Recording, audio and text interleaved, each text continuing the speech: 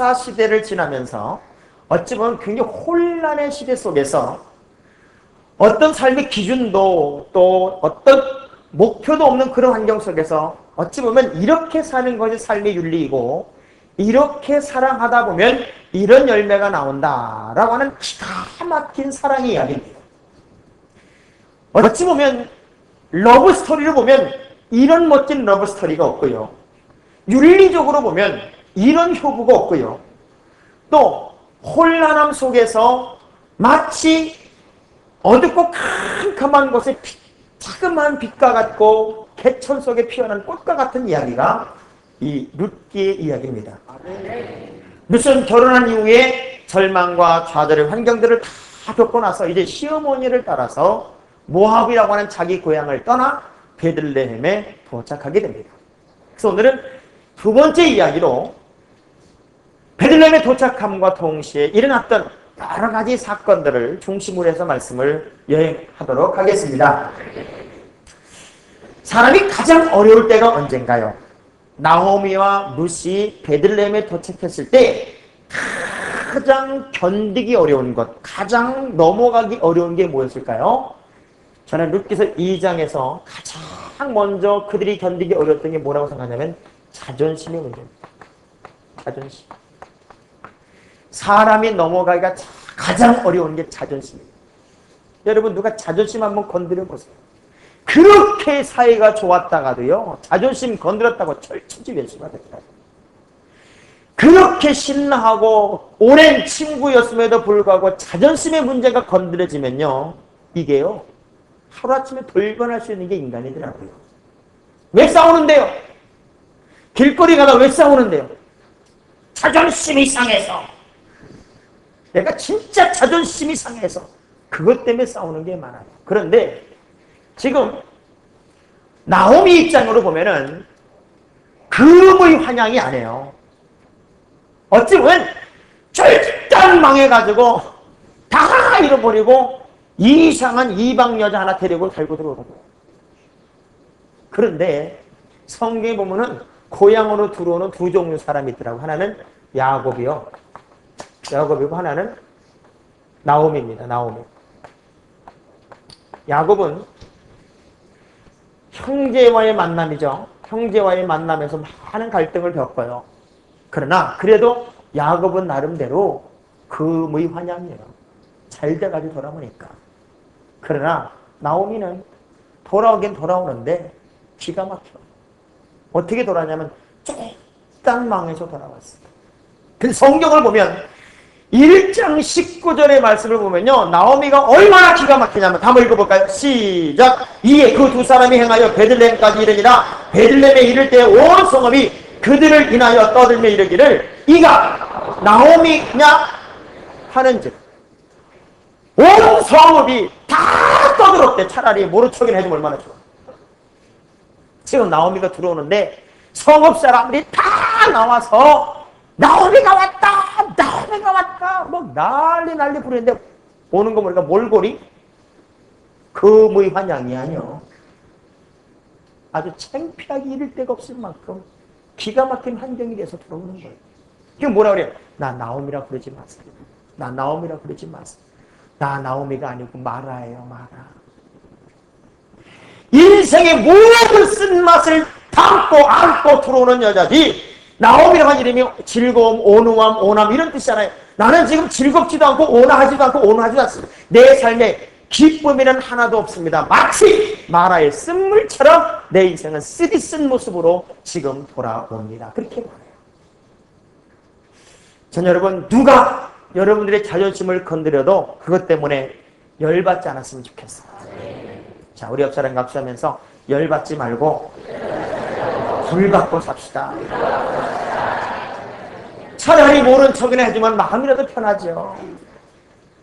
떠들지나 않으면 속이라도 좋지. 온 성함이 다 떠들었다는 거 다 알았다는 거예요. 그러니 얼마나 기가 죽었을까요? 얼마나 기가 막혔을까요? 그런데 그는 풍부 속에 나가 거지가 되어 돌아와서 모든 사람이 그 사람의 모습을 이야기하고 수군거리고 말할 때라도 주눅들지 않았습니다.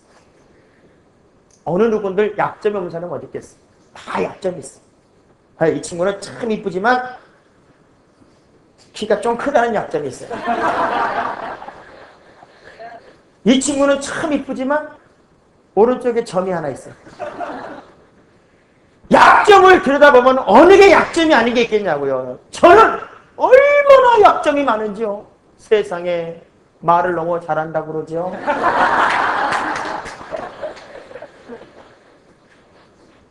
더 이상 하면 내가 혼날까봐. 사실은 약점 투성인 인생이에요. 사도 바울은 뭐라고 그래요? 그가 예수를 제대로 만나고 나서 뭐라고 하면 나의 약한 것들을 오히려 자랑한다 그랬어요. 약한 것들을 자랑한다. 사람이 왜 주눅드는 줄 아세요? 나의 약한 것들, 나의 약점들을 자꾸 감추고 숨기려고 하다 보니까 그것들을 누가 한번 툭툭툭 건드리면은 그냥 팍팍 뒤집어지는 거예요. 차라리 여러분 약점을 확 열고 사세요. 나 원래 말주변 없어. 나 원래 진짜 안 생겼어. 그냥 당당하게 사세요. 아주 예쁜 사람한테 왜 이렇게 배기 싫어? 그러면 상처 안 받아요. 그런데 배기 싫은 사람한테 왜 이렇게 안 생겼어? 그러면요 무지무지 상처 받아요. 그래서 아예 내가 나를 알잖아요. 내가 나를 알잖아요.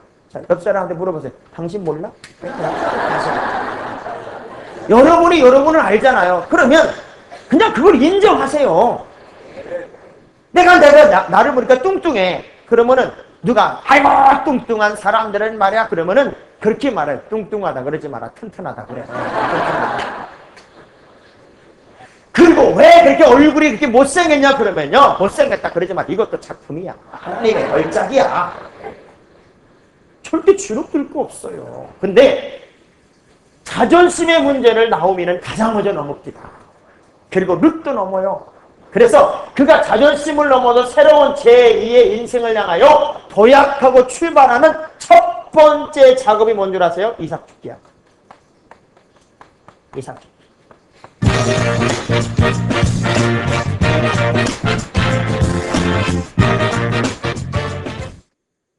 보세요. 룻이라고 하는 여자가 주저앉아서 신세 타령할 수 없어요. 그러니 이삭 죽는 일이라도 한번 해보겠다는 거예요. 가장 싫은 것, 가장 부끄러운 일이라도 먼저 하는 자에게 새 길이 열려요.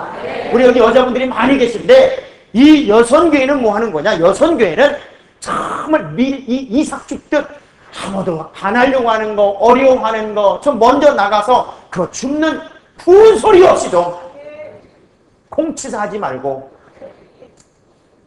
어떤 교회는요 요만큼 해놓고 이만큼 했대. 옆 사람 쳐다보면서 공치사 좀 하지 마라. 진짜 요만큼 해놓고 이만큼 했다고 그러고요. 보통 일이 아닙니다. 이삭 줍는 일을 시작하면서 이 여자가 억지로 한 게 아니더라고요. 얼마나 즐겁게 했는지 이 사람을 쳐다보는 모든 사람들이 한 방에 룻을 인정합니다. 한 방에 인정. 제가 저희는 교회를 이제 목장교를 돌아가면서 청소를 하거든요. 이렇게 봐요. 이렇게 늘 청소할 때 봅니다. 청소하들 이렇게 보면 어느 목장은요 구석까지 다 쓸어내가지고 그냥 다 끝나게 청소하는 목장이 있고요. 어디는 마포 한 번 빨아가 처음부터 끝까지 다 해버려. 그리고 했대. 한 거지.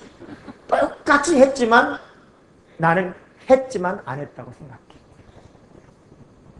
이 룻은 이삭을 주우면서 얼마나 열심히 줍는지요. 막 일하는 사람들이 이 여자를 보고 막 감동을 해. 그러다가 이삭을 줍다가 누굴 만나냐면 보아스를 만납니다.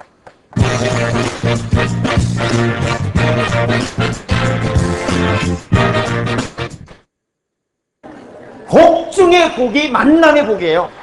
보세요. 돈 많은 부자 남편 만났다고 복인 줄 알았더니 그게 아니라고요. 며칠 전에 신문에 나왔어요. 그리스의 선박왕의 딸이 약혼식을 했어요. 이번에. 약혼식을 했는데 24캐럿짜리 다이아몬드를 선물로 받았어요. 24캐럿이라면 우리나라 돈으로 얼마냐면 놀랄 준비 해보세요. 52억이에요. 52억 원짜리 다이아 반지를 약혼 반지로 선물 받고 저나 여러분 같으면 좋을까요? 안 좋을까요? 그냥 좋을까요? 환장하게 좋을까요? 네? 보통 좋은 게 아닐 거예요. 막 감격을 하고 반지만 쳐도 안 끼면 어때? 안 끼면 어떠냐고요? 그냥 보기만 해도 감격스럽고 보기만 해도 즐거울 거 아니야. 근데 이 약혼녀가 불평했다는 거예요. 더럽게 무겁네 이거.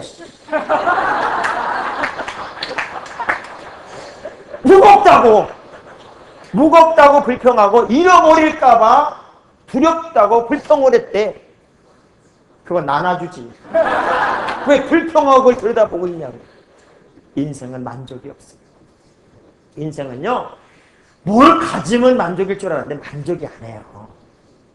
그래서 사람은 돈 많은 사람 만나는 것보다 좋은 사람 만나는 게 복이에요. 옆 사람한테 물어보세요. 좋은 사람 만났어? 좋은 사람 만났어? 하여 된장 잘못 담근 것은 1년만 고생하면 되는데 사람 잘못 만나면 평생 고생이야. 평생 고생. 잘 만나야 돼. 근데 이 룻이 이삭을 줍다가 보아스를 만났을 때가 언제냐면 이삭을 줄 때.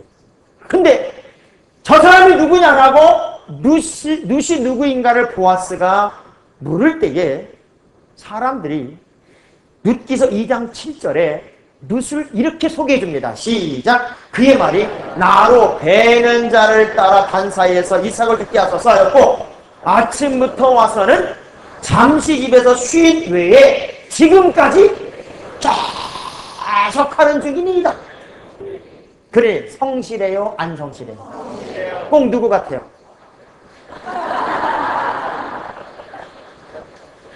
나래 나. 다시 해봐. 그렇게 한번 해보십시오. 왜냐하면 그렇게 하다 보면 되겠지. 야, 누구 같다고요? 가만 있어. 아예 딱 가슴을 치면서 기침 나올 정도로 치면서 이 룻이 꼭 누구 같다고요? 그렇게 되길 바랍니다. 얼마나 성실했든지 아침부터 저녁까지 잠시 쉰 적밖에 없다는 거예요. 계속해서 아주 계속해서 했다는 거예요. 우리 교 청년들이요, 이번에 저희가 이제 성가대 이렇게 나가는데 성가대 연수점 연합성가대니까 하루도 지겹게 말도 안 듣는 거예요. 청년들 중에도 두 종류가 있어요. 정상적인 청년이 있고 원로 청년이 있습니다. 여기도 원로 청년이 많이 있지. 원로 청년은 34살이 넘어가면 원로 청년이 되는 거야. 원로 청년들은 진짜요, 어지간하면요 말을 안 들어요. 그러니까 정상적으로 말하면은 이제 80 먹은 할아버지랑 똑같은 거야. 아주 속이 구렁이에 들어가 앉아가지고. 그래서 제가 뭐라 그랬는가 하면, 성가대원들 전견 잘 보시오. 이번에 성가대 연합성가대에 혹시 청년들이 안 들어오거든, 나중에 그 청년들이 결혼한다고 할 때 부주를 절반만 하시오. 그리고 이번에 들어오는 청년들은 10,000원만 더 붙여서 해주시오. 그랬더니요, 이번 주에 다 하는 거지. 야, 인간들이 그렇게 잔머리 굴리는지 몰랐어. 우리 옆 사람 쳐다보면서 집사님 잔머리 좀 굴리지 마세요. 너무 잔머리 굴리는 거. 신앙의 가장 큰 성장은 언제냐면 갈등을 넘을 때인데, 보세요. 이삭을 줬다가 보아스를 만났는데 보아스에게 소개한 이 룻은 정말 보아스가 볼 때 매력 덩어리야. 참 저는 신기한 게요, 아니 여자가 이쁘게 단장을 하고 꾸미고 그리고서는 무슨 뭐 남자를 만난 게 아니고 이삭을 주는 환경이니 분명히 바지는 몸빼 바지를 입었을 거고 수건을 뒤집어 쓰고 있었을 것이고, 그런데 어떻게 남자의 눈에 확 들어왔을까? 신기하잖아. 그래서 나온 노래가 얼굴만 예쁘다고 여자냐? 아브라함의 아내 사라를 보세요. 광야길을 걸어가 그냥 그 베두인이 돼가지고 광야길을 걸어왔는데 어떻게 왕에서 왕궁에다 가꾸고 닦은 그 왕비 여자들, 그 공주들보다도 어떻게 그 여자가 더 이쁘게 왕의 눈에 비치냐고. 그거 신기하잖아요. 여러분이 지금 진짜 멋지게 꾸미고 오지도 않았는데 제가 보니까 여기 있는 여러분들 무지무지 이뻐. 아니, 거울이 있어요? 뭐가 있어요? 여기 하룻밤만 자고 나면 다 터지는데? 그런데도 이쁜 건 왜 이쁘냐? 은혜를 받았어, 은혜. 마음의 기쁨이 얼굴로 표현되는 거예요. 마음의 모양이 마치 얼굴로 나타나는 거라고요. 보세요. 옆 사람 한번 쳐다보세요. 얼마나 이쁘게 생겼어요. 천하일색이에요, 천하일색. 세상에 제일 예쁜 얼굴은 어떤 얼굴이냐면 은혜 받은 얼굴, 뭔가 자기 일에 막 열정 있는 얼굴. 그래서 남자가 가장 멋있을 때는 열정적인 운동을 하거나 열심히 일을 해가지고 땀을 뺑뺑 흘리다가 그 흐르는 땀을 촥 한번 훔쳐가지고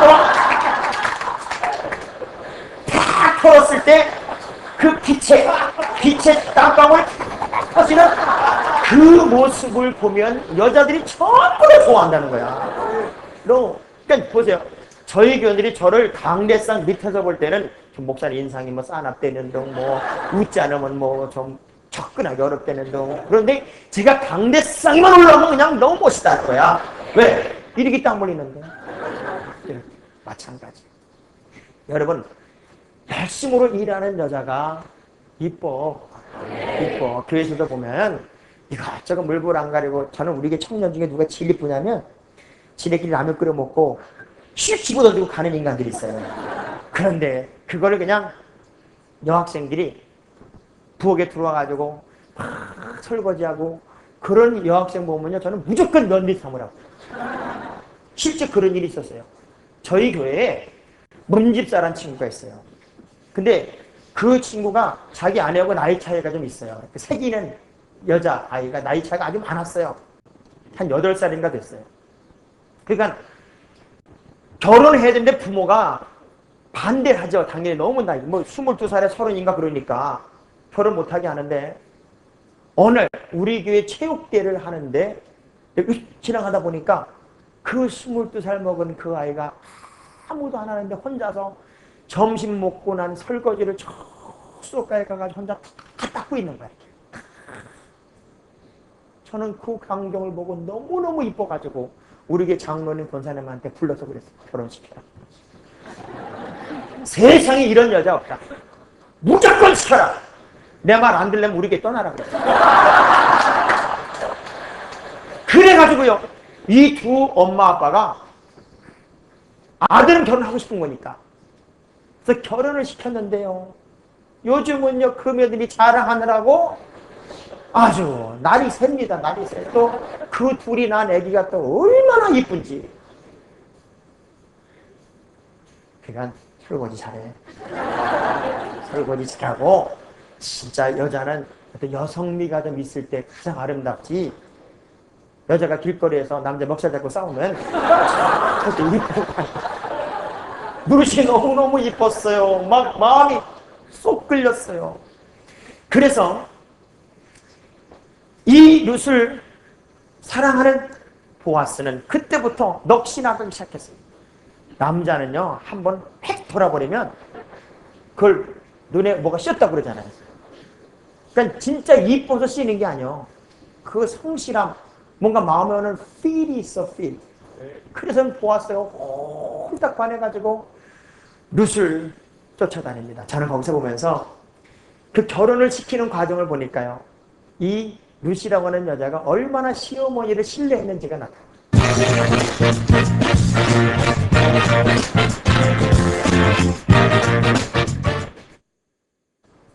룻기 3장 4절에 보면은 시어머니가 그 룻한테 뭐라는가 하면, 그가 누울 때 너는 그 눕는 곳을 알았다가 들어가서 그 발치부를 들고 거기 가서 누워라. 그가 너희 할 일을 내게 보아리라. 그럼 우리 같은 뭐라 그럴까요? 어머니 죽으려고 한잔 했어요. 룻이 그 말에 순종한다고 하는 것은 자기 인생에 있어서 3가지를 포기하는 것일 수 있어요. 첫째, 창녀로 오인받을 수 있어요. 둘째, 매맞아 죽을 일이에요. 셋째, 지금까지 모든 그의 이미지가 한꺼번에 실추될 수 있어요. 그런데 이 모든 것들을 다 넘어서 이 루스에게는 단 한 가지 비전이 뭐냐면 시어머니의 말씀을 따르자. 여러분의 교회 담임 목사님은 목회 전문가예요. 목사님의 말씀이 때로는 말이 안 돼. 말이 안 돼. 그래도 따라가 보세요. 왜? 목사님이 자기 사심을 위해서 어떤 욕심을 위해서 하는 일이 아니라면 하나님이 동행하시고 하나님이 함께 하시고 그리고 그 목사님이 자기 욕심을 위해서 하는 거라면 하나님이 딱 쳐버리지 그거는. 그러니까 여러분 정말 이 나오미가 순수한 마음에서 룻에게 제안한 그 이야기는 어찌 보면 기도응답일 수 있어요. 룻은 그대로 따라갔어요. 그대로 따라했어요. 그럼 참 놀라운 것은 그 보아스가 그 상황에 대해서 룻을 부끄러움이 쳐다보면서 이런 말을 합니다. 3장 11절 한번 보시면 시작. 내 딸아 두려워 말라. 내가 네 말대로 내게 다 행하리라. 네가 현숙한 여자인 줄 나의 성읍 백성이 다 아느니라. 사람은 실수할 수 있고 잘못 갈 수 있지만 평상시에 잘 해놓으면요 그게 다 무마거든요. 얼마나 인정받았냐고요. 네가 어떤 의도에서 온 거 내가 다 알아. 이 성읍에서 너만큼 현숙한 여자가 없어. 아무도 보는 사람 없을 때, 아무도 안아주는 사람 없을 때, 그때 여러분 어떤 모습입니까?